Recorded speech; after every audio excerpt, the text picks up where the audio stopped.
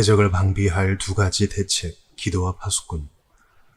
우리가 우리 하나님께 기도하며 그들로 말미암아 파수꾼을 두어 주 야로 방비하는데. 느헤미야 4장 9절. 느헤미야 및 그와 함께한 유다 사람들은 예루살렘 성벽을 다시 쌓기 시작했습니다. 산발락과 그 일당은 크게 분노하여 공사를 중단시키려 했습니다. 그들은 유다 백성을 기습하여 살해하고 그들이 하는 일을 중단시키려는 음모를 꾸몄습니다. 오늘 본문은 우리에게 느헤미야와 유다 백성이 이 긴급한 상황에서 어떻게 대처했는지를 잘 보여줍니다. 우리가 우리 하나님께 기도하며 그들로 말미암아 파수꾼을 두어 주야로 방비하는데, 이 백성은 예루살렘 성벽을 쌓았을 뿐만 아니라 건축과 동시에 파수꾼을 두어 대적을 방비했습니다. 우리의 상황도 이와 동일합니다. 우리는 그리스도를 위해 일해야 합니다. 저는 그리스도를 사랑하는 우리 모두가 그의 나라를 건설하는 일에 자신이 할 수 있는 최선을 다하는 동시에 치명적인 대적을 막아내기를 소망합니다. 대적이 우리를 멸할 수 있다면 우리의 사역도 멸하려 할 것입니다. 그들은 할 수만 있다면 둘 다 하려 할 것입니다. 악의 세력은 하나님의 백성을 멸하기 위해 혈안이 되어 있습니다. 그들은 우리에게 상처를 입히거나 성가시게 할 수 있다면 어떻게든 그렇게 하려고 할 것입니다. 그들은 자신의 목적을 달성하기 위해 온갖 노력을 다할 것입니다. 지옥의 화살통에는 남는 화살이 없을 것이며 성도는 그들의 표적이 되어 있습니다. 사탄과 그의 추종자들은 우리의 심장을 향해 독화살을 겨누고 있습니다. 느헤미야는 예루살렘에 대한 공격이 있을 것이라는 경고를 들어왔습니다. 이 사마리아인 가까이 살았던 유다인이 그들의 말을 듣고 느헤미야를 찾아와 그들의 음모에 대해 알렸던 것입니다. 우리도 이와 같은 경고를 듣고 있습니다. 예수님은 베드로에게 시몬아, 시몬아, 보라, 사탄이 너희를 밀 까부르듯 하려고 요구하였으나 라고 말씀하셨습니다. 예수님은 이 말씀을 통해 우리를 멸망시키려는 거대하고 무서운 악의 세력이 존재함을 말씀해주고 계십니다. 사탄은 할 수만 있다면 우리를 밀 까부르듯 할 뿐만 아니라 우리를 지옥불에 던져 멸망시키려 할 것입니다. 형제들이여, 우리는 이러한 사탄의 수법을 모르지 않습니다. 여러분은 자신의 심판을 받지 않을 것이며 시험을 통과했다고 믿는 바보들의 천국에 남아있는 자들이 아닙니다. 위기에 처한 유다 백성은 대적의 괴계를 알았을 뿐만 아니라 다행히도 그들을 바른 길로 인도할 지도자가 있었습니다. 느헤미야는 이 일을 위해 준비된 자였습니다. 그는 유다 사람들에게 매우 현명하고 합리적이며 영적인 조언을 했으며 이러한 권면은 필요한 때에 큰 도움이 되었습니다. 형제들이여, 우리는 느헤미야보다 나은 지도자를 가지고 있습니다. 우리에게는 우리 주 예수 그리스도가 계시며 또한 그의 성령께서 우리 안에 거하시며 우리와 함께 하십니다. 저는 여러분이 그의 지혜롭고 선한 권면에 귀를 기울이기를 간곡히 부탁합니다. 저는 우리가 본문의 말씀을 상고할 때 주께서 여러분에게 지혜롭고 선한 권면을 주실 것이라고 생각합니다. 그는 여러분에게 느헤미야가 백성에게 했던 조언을 들려주실 것입니다. 그것은 기도와 경계입니다. 유다의 대적은 함께 공모하여 공격함으로써 성벽 건축을 방해했지만 느헤미야는 그럼에도 불구하고 우리가 우리 하나님께 기도하며 그들로 말미암아 파수꾼을 두어 주야로 방비했다고 말합니다. 저는 본문에서 두 가지 대책을 찾았습니다. 첫째, 기도입니다. 우리가 우리 하나님께 기도하며 느헤미야 4장 9절. 둘째, 경계입니다. 우리가 파수꾼을 두어 느헤미야 4장 9절. 셋째, 저는 이 두 가지 주제와 함께 두 가지를 결합한 기도와 경계, 우리가 우리 하나님께 기도하며 파수꾼을 두어를 마지막 주제로 제시할 것입니다. 우리가 대적을 물리치기 위해서는 두 가지 대책을 함께 사용해야 합니다. 하나님께 기도해야 합니다. 사랑하는 성도 여러분, 이 기도는 유사한 상황에 처한 우리의 기도의 전형이 되어야 합니다. 첫째, 이것은 실무적인 기도입니다. 우리는 기도할 때 종종 은혜의 보좌 앞에서 비즈니스적인 기도에 대한 부정적인 시각을 가지기 쉽습니다. 그러나 느헤미야의 기도는 파수꾼을 세울 만큼 실무적이었습니다. 어떤 형제는 기도 모임에서 일어나 좋은 말을 많이 하지만 그가 실제로 원하는 것이 무엇인지 모를 때가 있습니다. 저는 이런 기도가 끝나면 하나님이 이 기도에 응답하신다고 해도 도무지 무엇을 주실 것인지 모르겠다는 생각을 합니다. 그것은 매우 훌륭한 기도이며 그 안에는 수많은 교리와 경험에 대한 설명이 들어있지만 하나님은 교리나 경험에 대한 설명을 필요로 하지 않을 것이라고 생각합니다. 이 기도의 문제점은 구하는 것이 없다는 것입니다. 저는 여러분이 기도할 때 마치 목수가 일하듯이 세밀하고 실무적이었으면 좋겠습니다. 설사 상하 손잡이가 달린 망치를 들고 있다고 해도 박아야 할 못을 정확히 겨냥하지 못한다면 아무런 소용이 없을 것입니다. 여러분의 목적이 그런 것이라면 굳이 화려한 망치를 사용할 것이 아니라 평범한 망치면 충분하며 어쩌면 더 나을 것입니다. 이곳에 제시된 느헤미야와 유다 백성의 기도는 하나님의 보호하심을 간구하는 기도입니다. 그들은 자신에게 필요한 것이 무엇인지 알았으며 정확히 그것을 요구했습니다. 기도는 정확해야 합니다. 저는 우리의 기도가 뜬구름을 잡는 것처럼 모호하며 무엇을 요구하는지 모를 때가 종종 있다고 생각합니다. 느헤미야의 기도는 실무적이었습니다. 우리도 언제나 이런 식의 기도를 해야 할 것입니다. 저는 기도할 때 수표를 바꾸려고 은행으로 가듯이 하나님께 나아가기를 좋아합니다. 제가 은행문을 열고 들어가 카운터에 수표를 제시하면 직원은 나에게 현금을 줍니다. 그러면 저는 그 돈을 가지고 가서 사업을 시작합니다. 저는 지금까지 은행에 들러 직원과 대화하며 5분 동안 머문 기억이 없습니다. 저는 돈을 받으면 즉시 다른 볼일을 보러 갑니다. 저는 기도도 그런 식으로 합니다. 그러나 특별한 이유 없이 은혜의 보좌 근처에서 빈둥거리는 것처럼 보이는 기도도 있습니다. 형제들이여, 여러분은 그런 식의 기도를 하지 마시기 바랍니다. 하나님의 약속을 믿고 구하며 그가 예비하신 것을 받아 여러분의 사역을 시작하십시오. 느헤미야와 유다 백성의 기도는 실무적이었습니다. 둘째, 그것은 역경을 극복한 기도였습니다. 본문은 nevertheless, 그럼에도 불구하고 라는 긴 단어로 시작합니다. 이 단어를 분해하면 never, the, less라는 세 단어를 얻을 수 있습니다. 우리는 일이 생기면 결코 never, 적게, less, 기도하는 것이 아니라 훨씬 더 많이 부르짖어야 합니다. 산발랏은 우리를 조롱하지만 우리는 기도를 줄이는 것이 아니라 그의 조롱으로 말미암아 더 많이 기도합니다. 사람들이 여러분의 신앙에 대해 놀리면 그럼에도 불구하고 더욱 기도하십시오. 그들이 여러분에게 잔인하고 폭력적으로 대하더라도 그럼에도 불구하고 한 단어, 한 철자도 줄이지 않고 하나의 소원도 빠뜨리지 않으며 결코 믿음이 약해지는 일 없이 기도하십시오.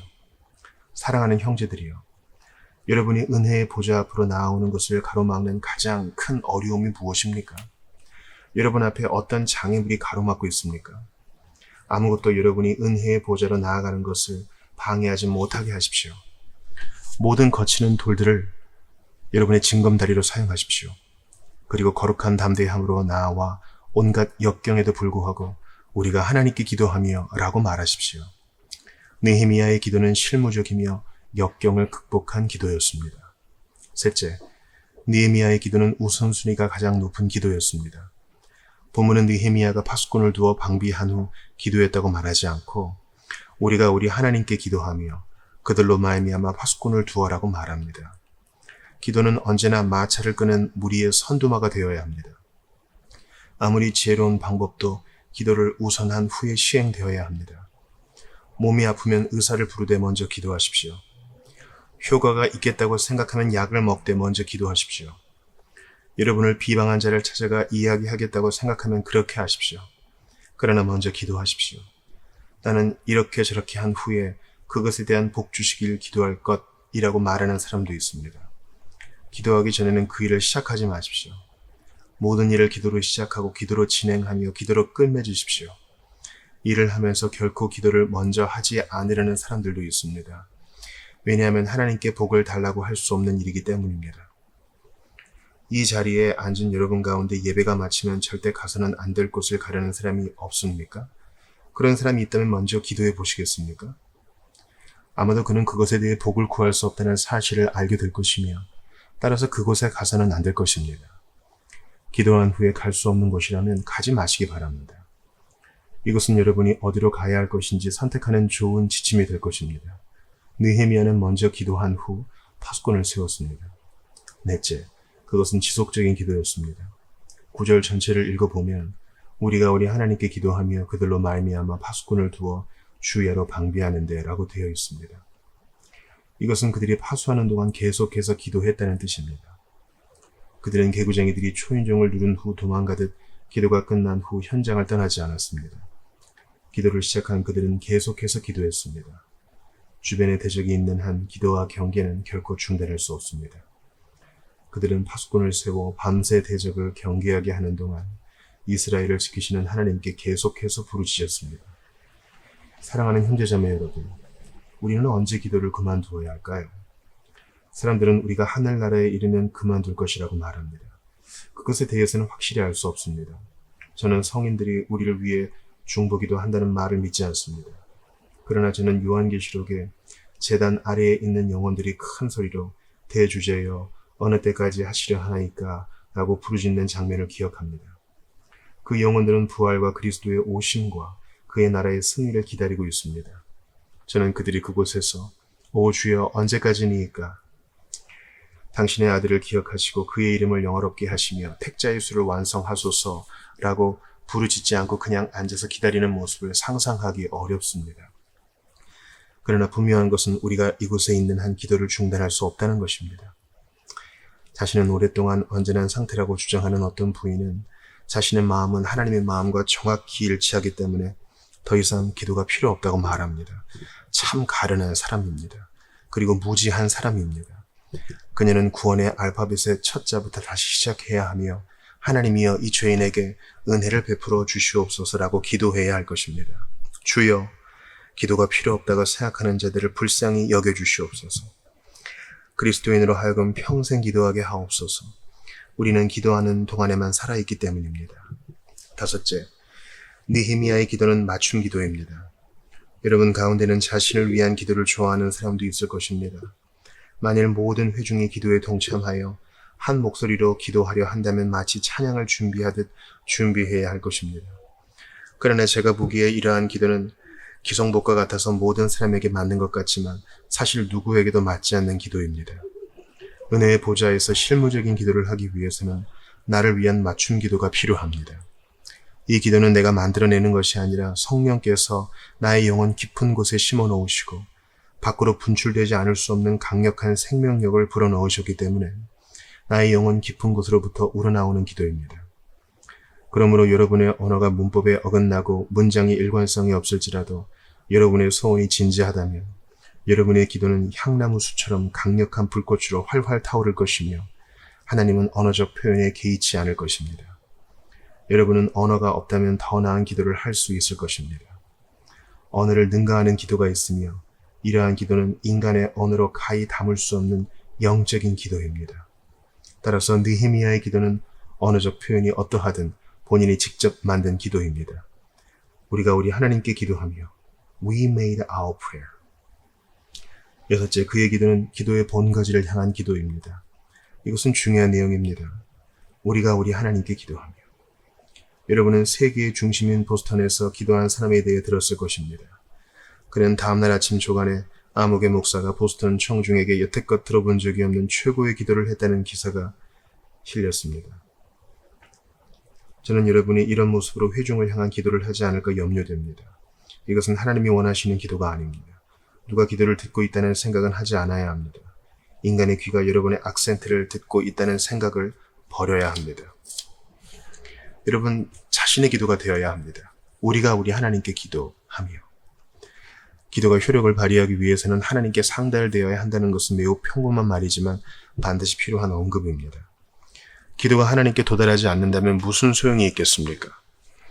여러분이 기도방에서 나오는 것으로 모든 것이 끝난다면 무슨 유익이 있겠습니까? 여러분의 기도는 하나님을 향한 것이 되어야 합니다. 하나님이 그곳에 계심을 알고 그의 귀에 말하십시오. 하나님이 응답하셨으며 그의 얼굴빛을 여러분에게 비추신 사실을 알고 일어나십시오. 이것이 바로 우리가 주야로 대적을 방비하기 위해 필요한 기도입니다. 이제 이 첫 번째 대지와 관련하여 한 가지만 더 살펴보겠습니다. 일곱째, 느헤미야의 기도는 믿음의 기도였습니다. 본문은 우리가 하나님께 기도한다고 했습니까? 아닙니다. 본문은 우리가 우리 하나님께 기도한다고 말합니다. 그들은 여호와를 하나님으로 섬기며 그들의 하나님이신 여호와께 기도한 것입니다.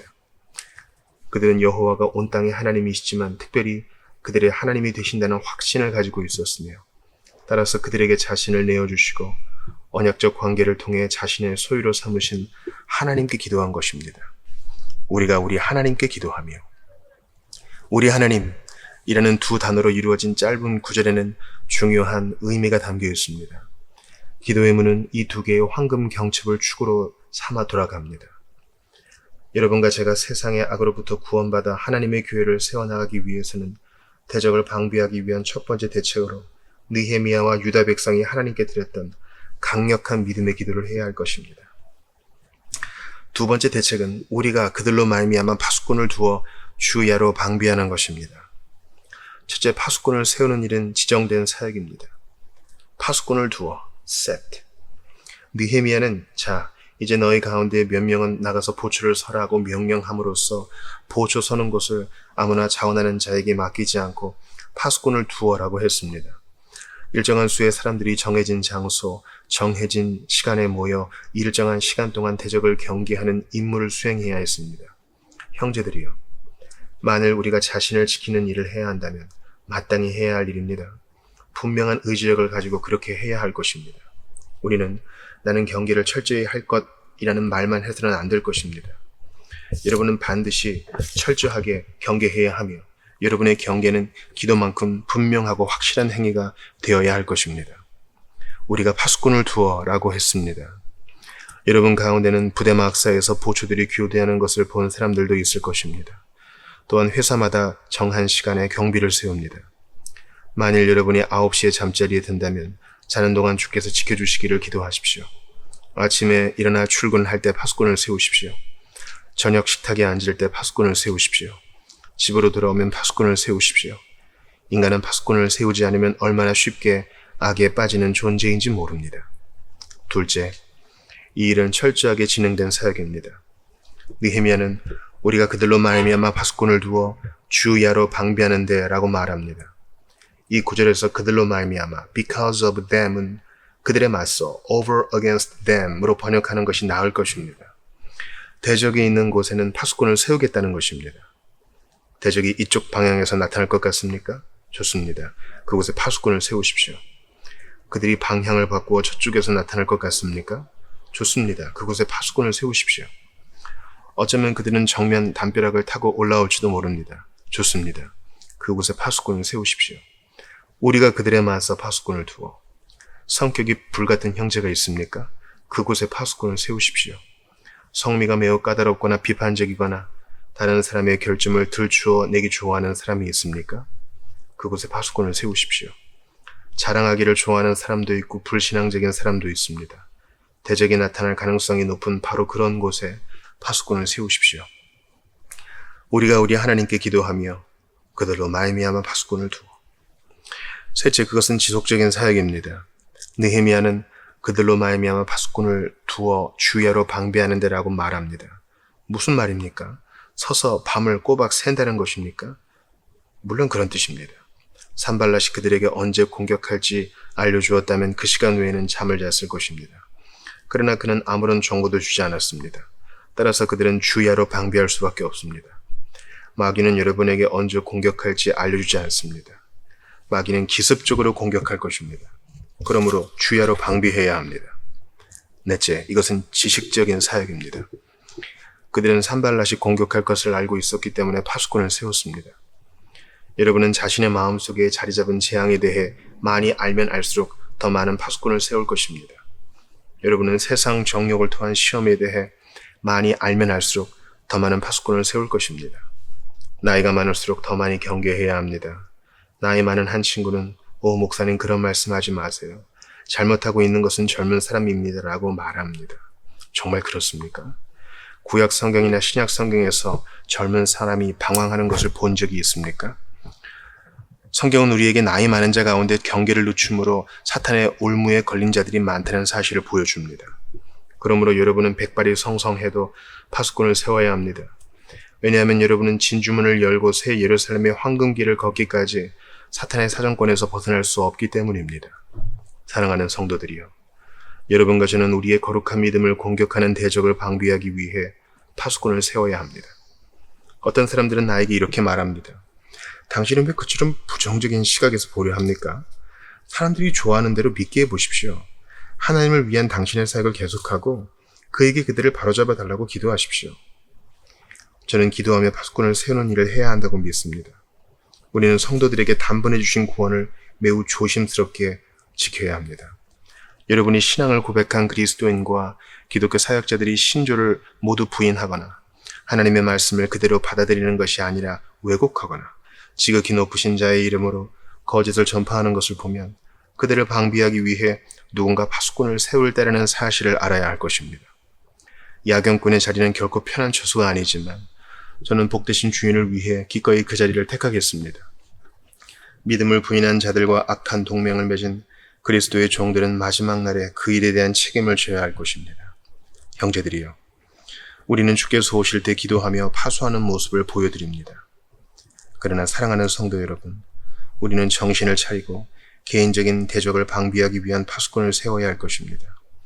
한편으로 저는 여러분이 아무에게도 원수에게 지지 않고 어떤 개인적 대적도 없이 모든 사람과 화평과 사랑을 누렸으면 좋겠습니다. 그러나 이곳에 있는 그리스도인 가운데는 집으로 돌아가면 사방이 대적으로 가득한 사람도 있을 것입니다. 거룩한 성전을 나가면 술 취한 남편이 기다리는 집으로 돌아가야 하는 경건한 부인들도 있습니다. 회개하고 하나님을 믿는 많은 자녀들은 집으로 가면 보아서는 안 될 것들을 보아야 합니다. 그런 경우에는 어떻게 해야 합니까? 파수꾼을 세우십시오. 경건한 부인들이요.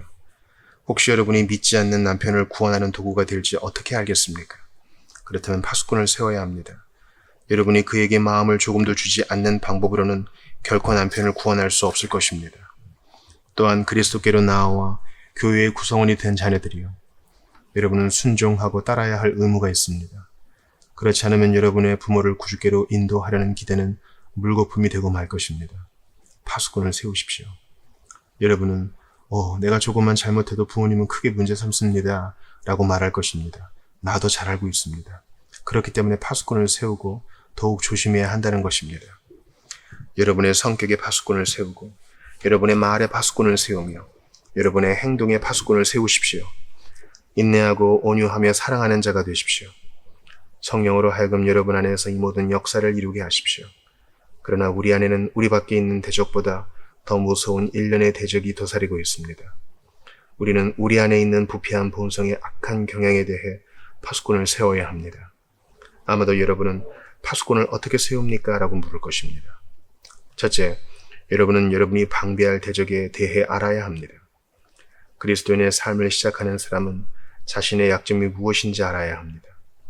사랑하는 성도 여러분, 저는 여러분이 강점이라고 생각하는 바로 그것이 여러분의 약점이라고 해도 놀라지 않을 것입니다.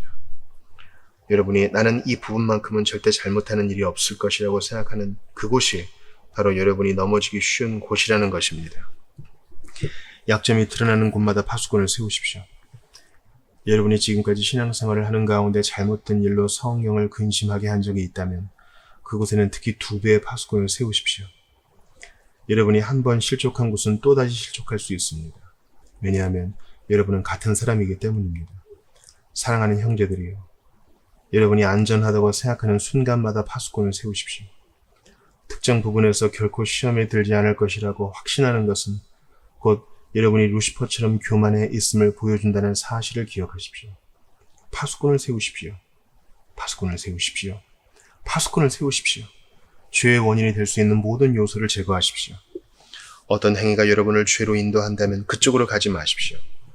어떤 사람은 자신이 술을 마시는 이유에 대해 나는 한 잔만 마시면 완전히 취해서 2잔, 3잔을 마시게 된다고 말합니다.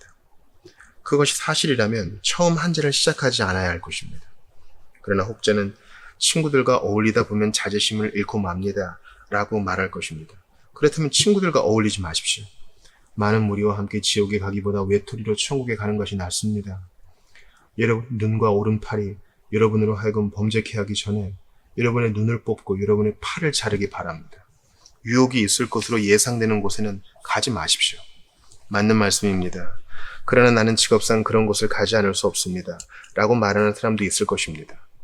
저는 여러분이 직업상 어쩔 수 없이 불신자들과 자리를 함께 해야 한다는 사실을 압니다. 어떻게 믿지 않는 자들과 완전히 끊고 살아갈 수 있겠습니까? 우리는 세상으로 나갈 수밖에 없습니다. 여러분이 그런 경우에 해당한다면 하나님의 전신갑주로 무장하십시오. 그리고 믿음의 선한 싸움을 할 준비를 하고 나가십시오. 파수꾼을 세우십시오.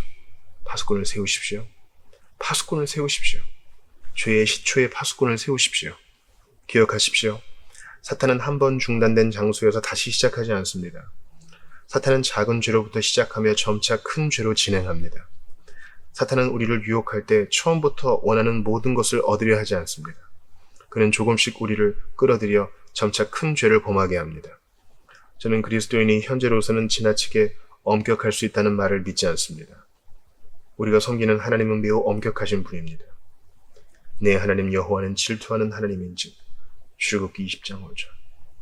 오늘날 그리스도인이 빠져있는 여러 가지 일에서 벗어나야 합니다. 문제는 그들이 그리스도인인지의 여부조차 불확실하다는 것입니다. 어쨌든 그들에 대해 판단해서는 안 된다면 자기 자신에 대해 판단하기 바랍니다. 그리고 그들이 가는 곳에는 절대 가지 않아야 하며 우리는 결코 그런 곳에 가고 싶은 마음이 없다는 사실을 최종적으로 확인하십시오. 하나님이 여러분에게 하신 말씀을 위해 파수꾼을 세우십시오. 성경을 읽을 때 성령께서 어떤 본문을 여러분에게 특별한 의미로 다가오도록 역사하신다면 그 본문에 여러분을 위한 교훈이 있음을 보여주는 하늘에 계신 아버지의 암시로 받아들이십시오. 저는 종종 아침 본문이 그날 종일 나에 대한 교훈이 된다는 사실을 알고 놀랄 때가 있습니다. 하나님의 말씀을 들으러 오는 성도는 2, 3일이 지난 후에 왜 설교자가 특정 설교를 했으며 왜 그 설교를 듣게 했는지를 깨달을 때가 종종 있습니다. 여러분은 그리스도인이 거룩한 길을 떠나 방황하는 것을 볼 때 그것에 대해 언급함으로써 악을 더 키우는 일이 없어야 할 것입니다. 자신의 둥지를 더럽히는 새는 나쁜 새라고 했습니다. 다른 사람의 잘못에 대해 말하는 대신 자신에 대한 파수꾼을 세우고 하나님의 은혜가 나를 붙들지 않으시면 그가 넘어진 저곳에 나도 넘어질 수도 있다고 말하십시오. 우리 구주께서 겟세마네에서 새 제자에게 하신 말씀을 기억하십시오. 시험에 들지 않게 깨어 기도하라. 마태복음 26장 41절. 이제 두 가지 대책을 하나로 묶겠습니다. 우리가 우리 하나님께 기도하며 그들로 말미암아 파수꾼을 두어. 사랑하는 형제들이여, 기도만 한다고 해서 되는 것이 아닙니다. 기도만 하고 파수꾼을 세우지 않는 것은 뻔뻔한 태도입니다.